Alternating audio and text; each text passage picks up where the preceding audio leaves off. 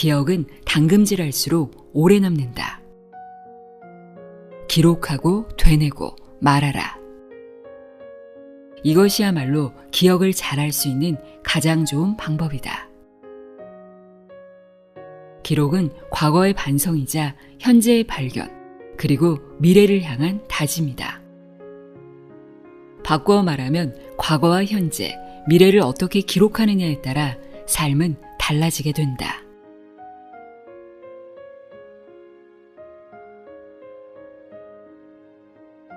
안녕하세요. 나의 소리책갈피 소리내어 읽다입니다. 책을 읽어도 남는 것이 없다. 이유 없이 가슴이 답답하다. 내가 진짜 원하는 것이 무엇인지 모르겠다.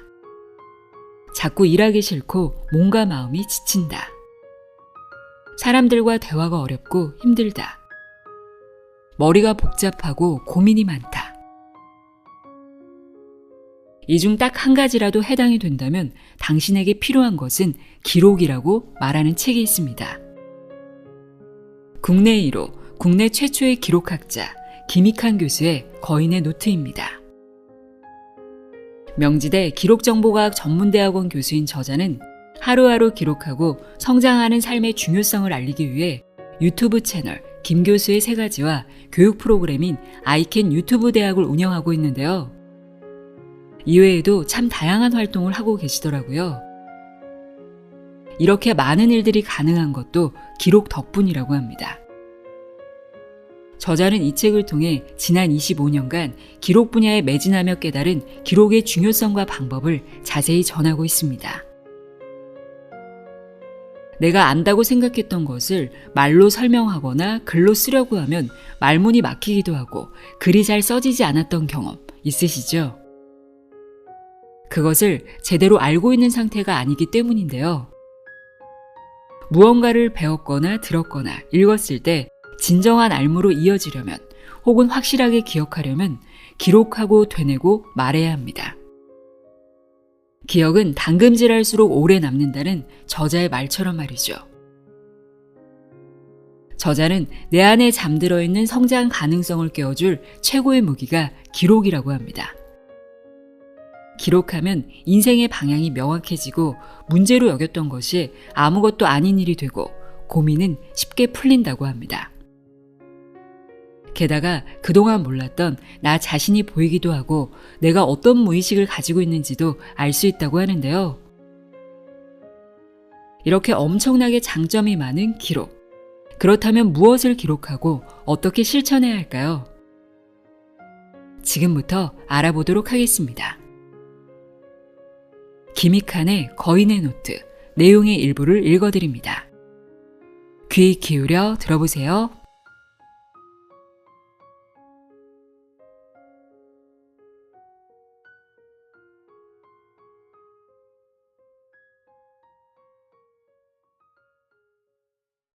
왜 기록해야 하는가? 나는 기록형 인간이다. 기록은 내 생활의 일부이고 나를 둘러싼 모든 것들을 밥 먹듯이 기록하고 있다. 기록형 인간은 산발적으로 흩어진 수많은 지식과 지혜를 자기 안에 깊게 새기는 사람이다. 쉽게 말해 기록형 인간이 되면 매우 똑똑해지는데 그래서 난 주변 사람들에게도 기록형 인간이 되길 권한다. 기록하세요. 인생이 달라집니다. 라고 기록의 이유와 필요를 전하는 기록 전파자로 살고 있다. 대다수 사람들에게는 지혜로운 삶을 살아가고 싶다는 바람과 더 높은 수준의 지식을 갖추고 싶다는 욕구가 있다. 기록은 이 2가지를 모두 이루기 위한 가장 쉬운 방법이자 수단이다. 기록을 하고 그것을 잘 활용하는 방법을 익혀야 원하는 이상에 가까워질 수 있다. 단순하게는 공부를 잘하는 것부터 시작해 미래를 계획하고 삶을 진취적으로 이끌어가는 것까지 모든 성취에는 기록이 필요하다. 이 밖에 기록의 장점은 무궁무진하지만 우선 가장 보편적인 관점에서 2가지 이점을 설명할 수 있다. 첫째, 기록은 나를 지속 성장시킨다. 인간은 태어나서 죽는 순간까지 성장한다. 여기에서 성장이란 계속해서 지식과 지혜를 축적해 나감과 동시에 이를 지속적으로 확장하는 것을 의미한다. 성장을 멈춘 인간에게 다음은 존재하지 않는다. 그렇기에 우리는 자신도 모르는 사이 계속 성장하기를 갈망한다. 인간이 성장하는 방법은 크게 두 가지로 나뉘는데 하나는 외부로부터 받아들이는 것이고 다른 하나는 내 안에서 끄집어내는 것이다. 이 두 가지 방법을 병행하여 시너지를 이끌어낼 때 진정으로 도약할 수 있다. 이는 기록의 형태와도 크게 다르지 않다. 기록 역시 두 가지 방식을 통해 진화한다고 보기 때문이다. 첫 번째 형태는 외부로부터 쏟아지는 수십, 수천 가지의 지식과 비지식을 체계화하여 요약하고 그 중에서 중요한 정보를 기록으로 남기는 일이다. 두 번째 형태는 내면 깊숙이 존재하는 잠재력을 기록함으로써 외부로 끄집어내는 일이다. 다시 말해 책을 읽고 영상을 보고 대화를 하는 등의 과정을 통해 내 안에 쌓인 지식을 기록의 형태로 외부에 표출시키는 것을 뜻한다. 이 두 가지 기록의 형태가 톱니바퀴처럼 맞물리는 순간 기록의 효용이 높아지고 지적으로 풍요로운 삶을 누릴 수 있게 된다. 둘째, 기록은 내 삶의 주도권을 갖게 한다. 삶의 주인이 된다는 것은 삶의 자유를 얻는다는 것과 같다. 언뜻 생각하면 잘 이해되지 않을 것이다. 앞서 말한 대로 기록은 정리해서 남기는 일인데 자유분방하게 흩어진 것들에 일정한 질서를 부여하는 건 자유와 거리가 먼 행위가 아닌가? 결론부터 말하자면 전혀 그렇지 않다. 내가 제안하는 기록법은 삶의 자유를 지향한다. 나 또한 자유롭기 위해 기록을 시작했다. 이 물건 저 물건이 어지럽게 흩어져 있는 방 한가운데 서 있다고 생각해보자. 지금 당장 봐야 하는 책이 있는데 도무지 어디 있는지 찾을 수 없다. 책상 위에는 온갖 책들이 놓여 있고 침대 위에는 잡동사니가 산더미처럼 쌓여 있다. 그런 무질서 속에서 책을 찾기 시작한다. 잘 정리되어 있는 방이라면 바로 찾았을 책을 아까운 시간을 낭비하며 한참 찾아야 하는 것이다. 심지어는 결국 못 찾게 될 수도 있다. 이제 질문해 보겠다. 어떤 상황이 더 자유로운가? 질서 속에서 얻게 되는 진정한 자유란 바로 이런 것이다. 하지 않아도 될 불필요한 일은 덜어내고 내가 원하는 것을 주체적으로 할 수 있도록 삶을 꾸려나가는 것. 무질서에서 사람은 자유로울 수 없다. 기록한다는 것은 어지럽혀진 방을 멀끔히 정리해 언제고 자유롭게 활동할 수 있는 나만의 공간을 만드는 일이다. 당신의 머릿속 방을 깨끗이 정리해 언제든 적재적소에 맞게 꺼내 쓸 수 있는 생각을 차곡차곡 모아둔다면 얼마나 자유로워질까? 그래서 나는 늘 자유로워지고 싶다면 기록하라고 말한다. 당신은 여전히 성장할 수 있다. 한 중년 남성이 이런 고민을 토로해왔다. 저는 자기계발을 위해 15년간 독서도 하고 강의도 많이 들었지만 별로 나아진 게 없습니다. 그동안 나는 강의를 하고 유튜브 채널을 운영하며 지적 성장을 향한 열망을 가진 사람이 생각보다 많다는 사실에 늘 놀라곤 했다. 꼭 시험을 앞둔 수험생이 아니어도 공부를 해야 하는 학생이 아니어도 승진을 앞둔 직장인이 아니어도 우리는 끊임없이 성장하고 싶어 한다. 누구나 지적인 사람이 되고 싶고 세상에 대한 통찰력도 지니길 원한다. 인간의 수명은 늘어나는데 세상은 너무나 빨리 변하니 적응하고 살아남으려면 끊임없이 새로운 것을 배우고 성장해야 한다. 뭐라도 해야겠다 싶어 책도 읽고 좋다는 강의도 기웃거리는 까닭이다. 그러나 이처럼 열심히 자신을 갈고 닦아도 원하는 만큼의 성장을 느끼지 못하는 사람이 많다. 분명 책을 읽었는데 다음 날, 아니 몇 시간만 지나도 무슨 내용인지 기억이 안 나서 첫 페이지로 돌아가야 한다. 강의를 들을 때는 다 이해하고 기억했다고 생각했는데 그 내용을 누군가에게 설명하려 치면 아무것도 떠오르지 않는다. 성과가 느껴지지 않으니 스스로에게 실망하고 배움을 중단했다가 다시 시도하기를 반복한다. 이쯤 되면 내가 머리가 나쁜가 혹은 나이 탓인가 라는 생각이 들지 않을 수 없다. 성장 욕구가 되레 자괴감을 불러일으키는 것이다. 그러나 성장 욕구는 우리 삶의 원동력이자 자기를 돌보려는 아름다운 태도다. 시도와 실패를 반복하더라도 이런 원동력을 포기할 이유는 없다. 당신은 그저 방법을 모를 뿐이다.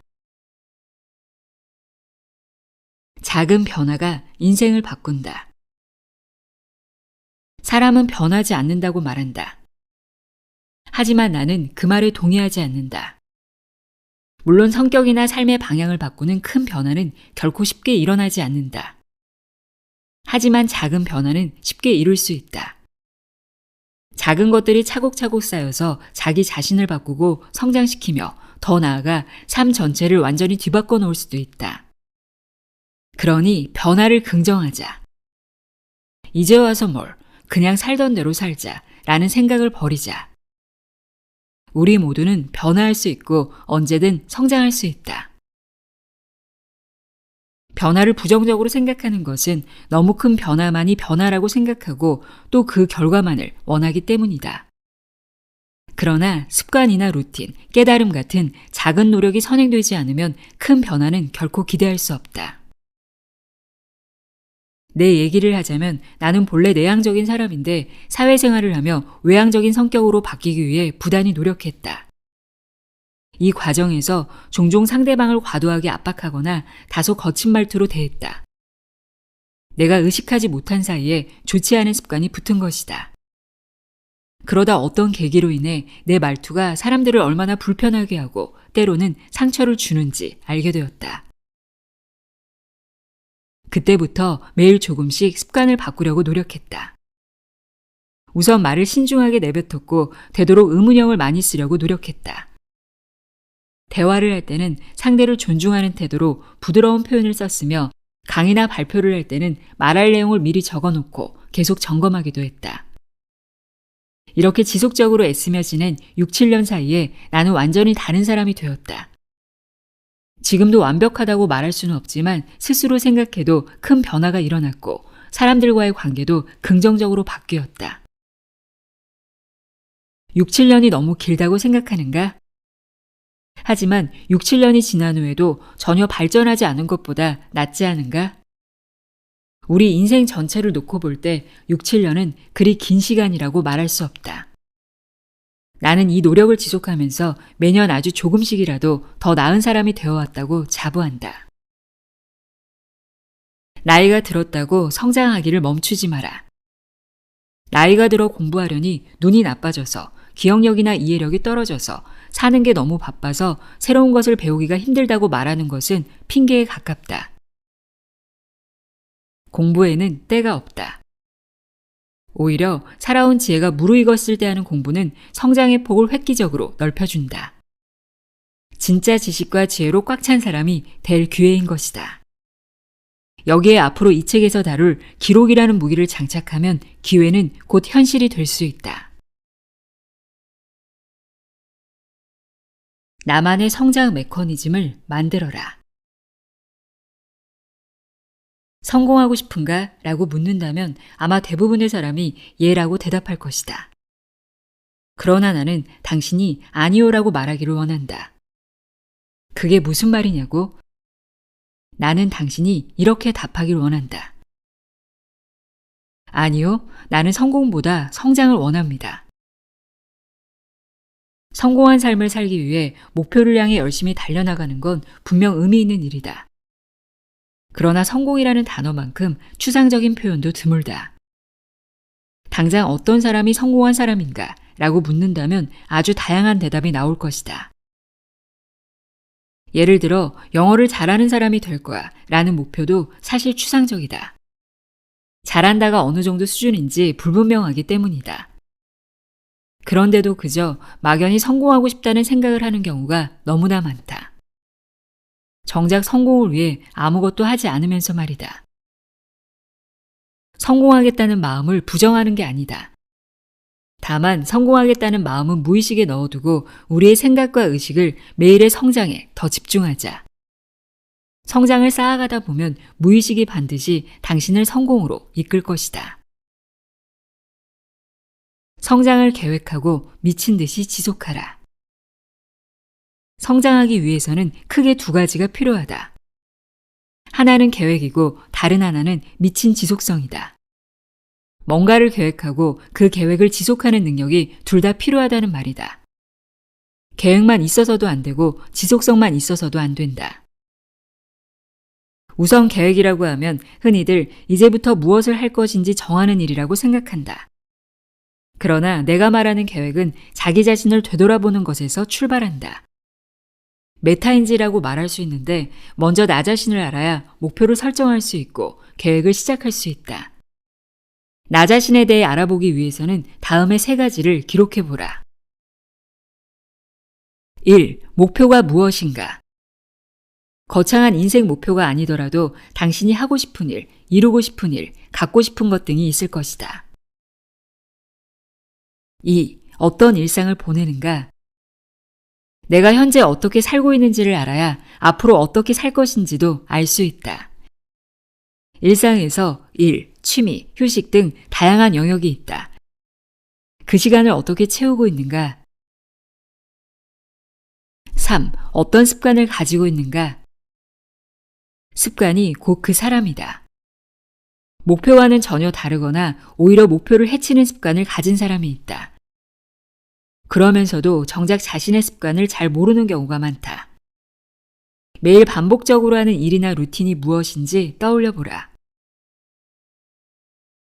위에 세 가지 항목에 대한 답을 적었을 때 목표와 내 삶 사이에 괴리가 보이는가?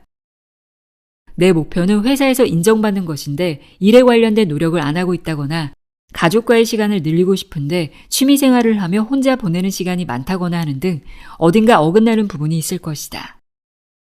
어긋난 부분이 무엇인지 알아야 그 이유를 생각하고 계획도 세울 수 있다. 그렇기 때문에 이처럼 조금 거리를 둔 상태에서 자기 자신을 살펴보는 것이 계획의 시작이다. 계획이란 시간표를 빈틈없이 채우는 일이 아니다. 자신이 진심으로 하고 싶은 것을 떠올려 메모하고 큰 틀에서 시간을 배분하는 것, 그것이 계획의 핵심이다. 여기에 더해 하루에 하나씩 좋은 습관을 실천해 나간다면 우리는 매일 성장하는 자신을 발견할 수 있다. 그렇다면 미친 지속성은 어떻게 만들어야 할까? 바로 어긋난 부분을 개선하면서 동시에 목표와 일상, 습관을 일치시키면 된다. 지속성은 일상과 습관을 바꾸는 순간 자연스럽게 따라온다. 나는 아침에 일어나자마자 일단 물 한 잔을 마시고 다이어리에 기상시간을 적는 습관이 있는데 이는 몇 달의 반복 끝에 몸에 새겨 넣은 나만의 루틴이다. 지속성은 환경과 루틴이 만들어져야만 가능하다. 내가 일부러 의식하지 않아도 몸이 스스로 움직일 때까지 반복해야만 하는 것이다. 성장 메커니즘을 만들고 실천하기. 성장은 하루 이틀, 일주일, 1년만 지속하고 멈추는 일이 아니다. 사는 내내 성장해야 하는데 그때마다 온 힘을 쏟으면 쉬이 지칠 것이다. 그래서 나는 나만의 성장 메커니즘 3단계를 만들어 선순환이 자연스럽게 일어나는 삶을 살고 있다. 메커니즘에 올라타면 성장의 선순환 속에서 성취감과 기쁨을 얻을 수 있다. 이쯤에서 당신에게 질문하고 싶다. 당신은 얼마나 끈기 있게 성장을 향해 나아가고 있는가? 아직 성장을 경험해보지 못해 시작하기조차 두렵고 막막하다면 다음의 3단계 기록법을 실천해보라. 1. 기록하고 2. 기록을 반복하고 3. 기록의 반복을 지속하는 것이다. 기록하면서 자신을 인식하는 게 첫 번째 단계다. 두 번째는 기록을 반복하는 것인데 단순히 되풀이해서 쓰라는 의미가 아니라 나만의 방식으로 기록을 정제하고 업그레이드 하라는 뜻이다. 오늘은 업무 내용에 대해 기록했다면 내일은 업무에서 어떤 점을 느꼈는지 기록하자. 그 다음 날은 업무에서 느낀 점에 대해 고민한 내용을 추가해서 쓰는 것이다. 마지막으로 기록의 반복을 지속하면 이 모든 일련의 과정이 하나의 습관으로 자리 잡는다. 앞서 말했지만 습관은 인생의 시스템을 만드는 일이다. 어제보다 더 나은 삶을 살기 위해서는 나만의 시스템을 만들어야 함을 명심하라. 모든 걸 다 하려고 하기보다 당장 할 수 있는 작은 일부터 시작하자. 작은 습관을 반복하면 인생에 걸친 큰 실행으로 이어질 수 있다. 이 과정들이 모여 당신만의 성장 메커니즘과 시스템이 완성된다. 휘발되는 지식을 잡아라. 꼭 책을 읽거나 강의를 듣지 않아도 우리가 살면서 경험하고 얻는 것은 생각보다 훨씬 많다. 세상에 널린 게 지식이고 정보고 영감이다. 그것들 중 많은 부분은 인식되지 못한 채 우리 주변을 스쳐 지나간다. 혹은 붙잡으려고 해도 금방 날아가 버린다. 이건 당신의 머리가 나빠서가 아니라 우리 뇌의 용량에 한계가 있기 때문이다. 뇌는 들어오는 정보를 모두 기억하지 못하므로 금방 휘발해버릴 단기 기억과 오래 보관할 장기 기억으로 구분한다. 핵심은 우리가 흡수한 지식을 뇌에서 장기 기억으로 분류하게끔 만드는 것인데 스쳐 지나가는 것을 낚아채고 휘발되는 것을 꽉 붙잡는 수단이 바로 기록이다. 공부하거나 읽은 내용을 기록하기 위해선 고도의 집중력이 필요하다. 1. 집중해서 보고 2. 그것을 생각해서 기록하고 3. 그 후에 기록한 것을 되돌아보는 일련의 과정을 거치며 우리 뇌는 이 정보는 장기 기억이다 라고 판단한다. 기록형 인간의 기억법. 기록하고 되뇌고 말하라. 저는 메모를 열심히 하는데 기억에 남지 않아요 라고 말하는 사람도 있을 것이다. 공부할 때 열심히 필기하고 책을 읽을 때 꼼꼼히 메모해도 기억에 남지 않는 건 잘못된 메모 습관 때문이다. 먼저 이렇게 질문해보고 싶다. 당신은 왜 메모하는가? 대부분 무엇인가를 잘 기억하기 위해 메모할 것이다. 여기에서 주의해야 할 점은 메모해두고 나중에 봐야지 라고 생각하는 순간 우리의 무의식은 그 메모를 기억 한편에 밀어둔다는 것이다. 잘 이해가 되지 않는다면 다시 질문하겠다. 당신은 전화번호를 몇 개나 외우고 있는가? 자신의 전화번호만 떠오르지 않는가? 전화번호를 외운다는 행위 자체를 생각해보지 않은 사람도 많을 것이다. 스마트폰이 보편화되지 않은 시절에 우리는 꽤 많은 전화번호를 외우고 다녔다. 하지만 이제는 스마트폰에 저장해두면 되니 굳이 번호를 외울 필요가 없어졌다. 메모의 기억을 일임하는 것도 이와 마찬가지다. 기억나지 않을 때 다시 꺼내보기 위해 메모하는 건 기록의 아주 부차적인 기능 중 하나일 뿐이다. 이 기능에만 의존한다면 기억하지 않으려는 당신의 무의식 때문에 무언가를 기억해내기가 더더욱 어려워질 것이다. 이와 더불어 기억에 악영향을 미치는 잘못된 메모 습관은 다음과 같다. 첫째, 기억하지 않기 위해 하는 메모. 둘째, 생각하지 않는 메모. 셋째, 재활용하지 않는 메모. 앞서 말했듯이 당장 기억하지 않기 위해 하는 메모는 당신의 머릿속에서 기억의 자리를 남겨두지 않는다. 둘째, 생각하지 않은 메모는 내 안에서 소화되지 않은 메모, 즉 베껴 쓴 메모를 말한다. 내 것이 아닌 것은 결코 기억에 남을 수 없다. 마지막으로 셋째는 다시 보지 않는 메모다. 기록은 한 번 쓰고 버리는 것이 아니다. 정보를 정리해 자기화하는 것이 기록의 시작이라면 기록의 완성은 언제고 다시 보며 되새기는 것이다. 즉, 늘 다시 꺼내고 살펴야 한다. 그렇다면 이와 반대로 잘 기억하기 위해서는 어떻게 메모해야 할까? 내가 제안하는 방법은 기록하고 되뇌고 말하는 것이다. 기록형 인간의 기억법이라고 불러도 좋겠다. 기억은 당금질할수록 오래 남는다. 자기식으로 해석하는 것이 기억의 출발이라면 그것을 메모하는 것은 기억의 첫 번째 당금질이다. 그리고 메모한 것을 다시 꺼내 되뇌어 보는 것은 기억의 두 번째 당금질이다. 마지막 세 번째 당금질은 다시 말과 글로 내뱉어 보는 것이다. 이렇게 세 번째 당금질까지 마치면 이 기억은 우리 머릿속에 아주 공고히 자리 잡게 된다. 기록하고 되뇌고 말하라. 이것이야말로 기억을 잘할 수 있는 가장 좋은 방법이다. 공부든 일이든 일상이든 기록을 통해 기억을 많이 남기면 앞으로 무슨 일을 하든 언제고 반드시 당신의 능력이 폭발적으로 발휘되는 경험을 하게 될 것이다.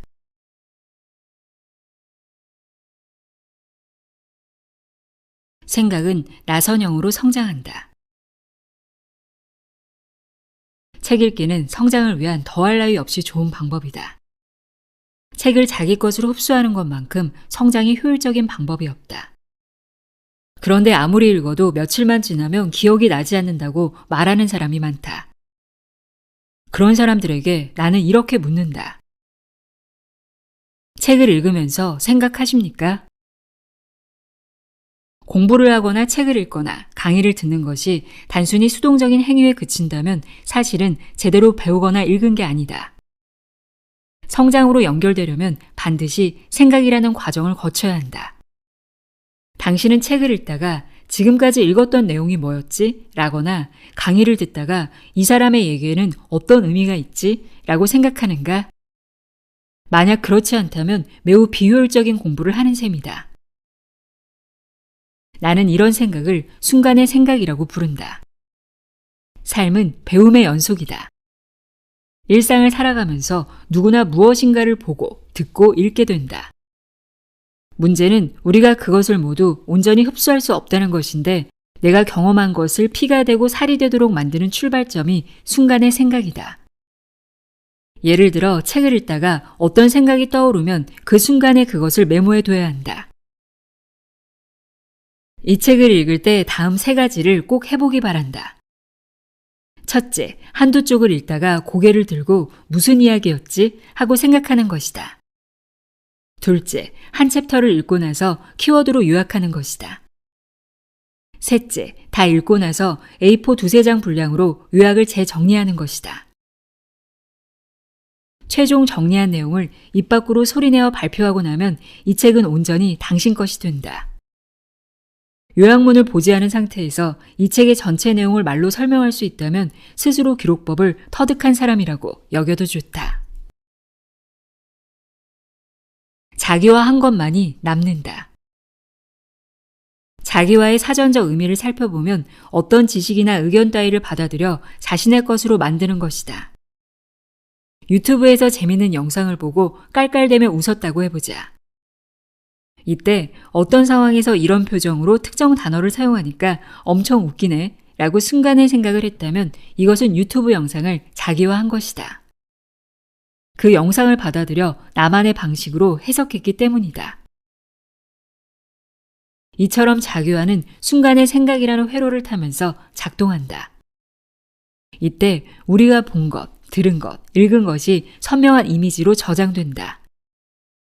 뭔가를 보다가 그런 거구나 하고 깨달은 적이 있는가? 자기식으로 깨달았을 때 그것은 아주 강력하게 뇌리에 남게 된다. 또는 자기화는 선별의 기능을 한다. 나한테 중요한 것을 골라낸다는 말이다. 우리가 뭔가를 경험한다는 것은 연속된 장면을 마주하는 것이다. 모든 장면이 중요할 리 없고 전부 다 기억할 수도 없다. 그런데 자기화하면 나한테 중요한 장면만 선별, 축약해서 정리할 수 있다. 자기화의 과정은 낯설음을 익숙하게 만들기도 한다. 예를 들어 책을 읽는다는 건 우리 감각을 자극하는 행위다. 낯선 단어나 스토리, 장면 등이 등장하기 때문이다. 낯선 단어와 문장을 토시 하나 안 틀리고 기억하려면 얼마나 힘든가? 그런데 자기화를 거치면 이런 낯선 감각을 익숙한 감각으로 변환해서 기억하게 된다. 나에게 익숙한 단어와 논리를 이용해 그것을 받아들이면 더 효과적으로 기억에 남길 수 있다. 내 안의 잠재성을 끄집어내라. 여러분 내면에는 무엇이 있는가? 물론 아무것도 없다고 말하는 사람도 있다. 그것은 착각일 뿐 내면이 텅 빈 사람은 없다. 대다수는 시간이 지나면 뭔가를 읽고 보고 듣고 접했던 경험이 사라진다고 생각한다. 하지만 그렇지 않다. 우리 몸속 세포 하나하나에 그와 관련된 기억이 남아있기 때문이다. 음성이나 장면, 문자 같은 단편적인 기억이 아니라 종합적인 경험 기억이라는 형태로 말이다. 책을 읽어도 문자만 기억에 남는 게 아니라 책장을 넘기는 소리, 책 냄새, 그때의 분위기 등이 총체적인 기억으로 남지 않는가? 당신이 경험해온 것이 당신의 머릿속과 몸속의 내적 자산으로 남아있다. 이것을 우리는 잠재성이라고 부른다. 잠재성을 포함해 현재 내가 가진 자산을 100이라 한다면 그 중에서 실제로 인지하는 것은 20이 채 되지 않는다. 잠재성은 지식의 원천이 될 수 있다. 잠재성을 꺼내 정리하고 활용해 우리가 가진 100을 지식으로 만들 수 있다면 얼마나 지적으로 풍요로운 삶을 살 수 있겠는가? 그렇다면 잠재성은 어떻게 꺼낼 수 있을까? 많은 사람이 외부에서 들어오는 것을 오래 기억하는 것만이 기록의 가치라고 착각한다. 그러나 기록이 삶의 강력한 무기가 되는 순간은 바로 내 안에 있는 잠재성을 끄집어낼 때 찾아온다. 나는 당신이 잠재성이라는 엄청난 자산을 잠재운 채로 살지 않기를 바란다. 우선 내면의 소리에 귀 기울여보라. 내면의 소리는 계속 생각하고 메모하며 명시화하는 과정에서 들을 수 있다. 우리 내면의 수많은 것들은 액체 상태로 존재한다. 이들 중 일부만 선택해서 고체 상태로 만들어주는 게 바로 기록의 역할이다.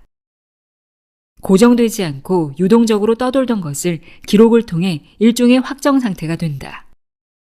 물처럼 흘러가는 생각, 심상, 회상, 기억, 감정 등 우리 안에 내포된 것을 명시화함으로써 우리는 잠재성을 현실 능력으로 활용할 수 있다. 메모를 안 하는 사람은 잠재성을 깨우지 않는 사람이다. 내면에 흐르는 무수히 많은 것 중에서 이게 핵심일 것 같다는 생각을 끄집어내 메모하는 행위. 그 행위를 통해 자신만의 콘텐츠를 만들어내는 능력은 인생의 방향을 좌우할 강력한 무기가 된다. 여기서 중요한 것은 기록이 글로만 이루어지는 것은 아니라는 점이다. 말이든 그림이든 음악이든 내면에 있는 것을 명시화하는 것은 모두 기록의 행위라고 해석할 수 있다. 내가 지닌 능력과 잠재성을 상황과 필요에 맞게 선별하고 그것을 말이나 그림, 글 등의 명시적인 고체로 만들어주는 것. 이것이 안에서 끄집어내는 기록의 핵심이다. 미래가 불안하다면 경험을 기록하라. 미래가 불안하지 않은 사람은 없다. 내가 지금 어디로 가고 있는지, 어디로 가야 하는지 길을 찾지 못하기 때문에 불안하다. 꿈은 없는데 진로를 정해야 하는 학생들, 취업이 막막한 대학생, 아이를 낳은 뒤에 재취업할 수 있을지 걱정인 여성, 은퇴 후 무엇을 해야 하는지 알 수 없는 직장인. 이들 대부분은 자신의 과거를 부정적으로 생각한다. 현재 일이 잘 안 풀리면 과거에 자신이 뭔가를 잘못해서 그렇다고 생각한다. 이것은 최대의 착각이다. 아들러 심리학으로 유명한 오스트리아의 정신의학자 알프레드 아들러의 목적론에 따르면 현재의 모습은 스스로의 선택이며 과거의 원인이 있다고 생각하는 것은 현재의 내 모습을 탓하기 위한 수단에 불과하다. 이에 대해서는 기시미 이치로와 고가 후미타케의 미움받을 용기를 읽으면 쉽게 이해할 수 있다. 책의 주인공인 청년은 과거 아버지의 폭력으로 인해 집에만 틀어박히게 된 친구에 대해 이야기한다. 그러나 철학자가 말하는 목적론에 따르면 그 친구는 밖에서 상처받고 싶지 않아 집에서만 머물 핑계를 과거의 아버지의 폭력에서 찾은 것이다. 결국 문제를 해결하는 것이 두려워 그 문제를 해결하고 싶지 않은 것이 당신의 목적이 된다. 그 목적을 합리화하기 위한 한 가지 방법은 자신의 과거를 부정적으로 인식하는 것이므로 목적에 대한 생각을 바꾸면 과거에 대한 해석도 달라진다. 우리는 기억을 왜곡 편집한다. 어떤 부분은 과장되게 기억하기도 한다. 이 경험이 누적되어 무의식을 형성하는데 부정적인 무의식은 왜곡 편집된 기억에 의해 형성되는 경우가 많다. 문제는 부정적인 무의식이 쌓이면 부정적인 사람이 되기 쉽다는 것이다. 하브에커의 백만장자 시크릿은 부자가 되고 싶은 사람뿐 아니라 내적으로 성장하고 싶은 사람에게도 좋은 책이다. 부자를 성장으로 치환하기만 하면 된다. 하브에커가 주장하는 바의 핵심은 무의식이 우리 생각에 직접적인 영향을 끼치고 그 생각이 행동에 영향을 준다는 것이다. 이때 에커는 명시 과정을 강조한다. 무의식이 작동해서 생각의 방향이나 종류, 특성이 결정되고 그 생각에 따라 감정, 느낌, 기운이 발생한다. 사람은 그것에 따라 행동하고 어떤 결과를 낳는다. 그래서 긍정적인 무의식이 활성화되어 있으면 긍정의 에너지가 지속되어 좋은 결과가 나오고 거꾸로 부정적인 무의식이 활성화되어 있으면 성장하거나 성공할 수가 없다. 답은 과거 속에 있다. 내가 어떤 무의식을 가지고 있는지 어떻게 알아볼 수 있을까? 이를 알기 위해서는 우리 무의식에 영향을 주는 요소를 점검해 봐야 한다. 크게 두 가지를 들 수 있는데 첫째는 어린 시절의 경험으로 만들어진 우리의 인식과 기억이다. 물론 어릴 때의 경험이 나쁘다고 해서 성공할 수 없다는 건 아니다. 다만 어릴 때 각인된 무의식을 새롭게 형성해 가도록 노력할 필요가 있다는 뜻이다. 그래서 자신의 성장 과정의 기억을 더듬어가며 나에게 나쁜 무의식을 형성했을 만한 경험이 무엇인지 먼저 살펴보고 기록하기를 권한다. 둘째로 자기 이해와 자기 분석이다. 현재까지의 경험 가운데 뇌리에 강하게 남아있는 것들과 더불어 그 경험들 때문에 내 무의식이 어떻게 형성되었을지 분석적으로 생각해보는 것이다. 평상시 의식하지 않고 있었지만 내 성장을 방해하는 무의식을 찾아낼 수 있다. 이것이 바로 자기 이해의 과정이다. 여기까지 살펴보았다면 이제 할 일은 과감한 변화를 선택하는 것이다. 내 안에 있는 부정적인 무의식은 내 의지와 상관없이 대부분 경험으로 주입된 것이다. 그것을 긍정적으로 바꿀 권리는 바로 나에게 있다. 반복적으로 기록하고 선언하고 생각함으로써 백그라운드에서 작동하고 있는 무의식을 청사진처럼 긍정적으로 바꿀 수 있다. 쌓인 기록을 정리하고 되살리는 방법. 책을 읽으며 내용을 요약하고 강의를 들으며 열심히 필기한다. 새로운 발상이 떠오를 때 메모하기를 게을리하지 않는다. 만남과 대화를 기록으로 남기며 깨달음을 중시한다. 여기까지 왔다면 이미 기록형 인간이 되었다고 해도 무방하다. 기록도 점점 쌓여가고 있다. 그럼 한 단계 더 나아가자. 이 많은 양의 기록을 어떻게 해야 할까? 기록을 정리하고 재활용하는 핵심 원리는 요약의 연장선에 있다. 핵심 키워드만으로 내용을 간단하게 요약한다는 메모의 기본 속성을 여기에도 적용하는 것이다. 즉 메모들 중 더 중요하다고 생각되는 것들만 재차 요약하면 된다. 우선 오늘 내가 무엇을 메모했는지 살펴보자. 오전에는 일을 하면서 떠오른 아이디어와 보고서에 쓸 내용의 얼개를 메모했다. 오후에 찾아온 고객과의 미팅 내용도 기록으로 남겼다. 잠시 쉬면서 읽은 시에 대해 감상도 몇 자 적었다. 집에 가서는 1시간 반 동안 독서를 했고 그 내용을 요약해 보았다. 이렇게 해서 하루 동안 노트 4쪽에서 5쪽이 되는 기록이 남았다. 이 기록들을 정리하려고 할 때 제일 먼저 무엇을 해야 할까? 당연히 기록한 것을 다시 읽어보며 생각해야 한다. 아쉽게도 대부분은 이를 지나쳐버린다. 이 과정을 즐길 줄 알아야 진정한 기록형 인간이라고 할 수 있다. 나는 메모하는 것도 좋아하지만 그간의 메모에 애정을 가지고 다시 보고 만지고 떠올리는 걸 더 좋아한다. 이렇게 하면 메모한 것 중에 가장 중요한 것이 무엇인지 자연스럽게 떠오른다. 그걸 재차 기록으로 남기면 기록의 양은 대폭 줄어들게 된다. 더구나 그 과정에서 더 많은 내용들이 기억 속에 각인되기도 한다. 거인의 노트 읽어드렸습니다. 무언가를 기록하려면 우선 생각해야 합니다. 생각은 기록이 되고 기록은 인생이 된다는 저자의 말에 깊게 공감할 수 있었는데요.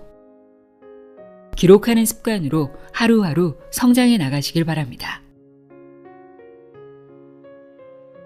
오늘도 함께 해주셔서 고맙습니다.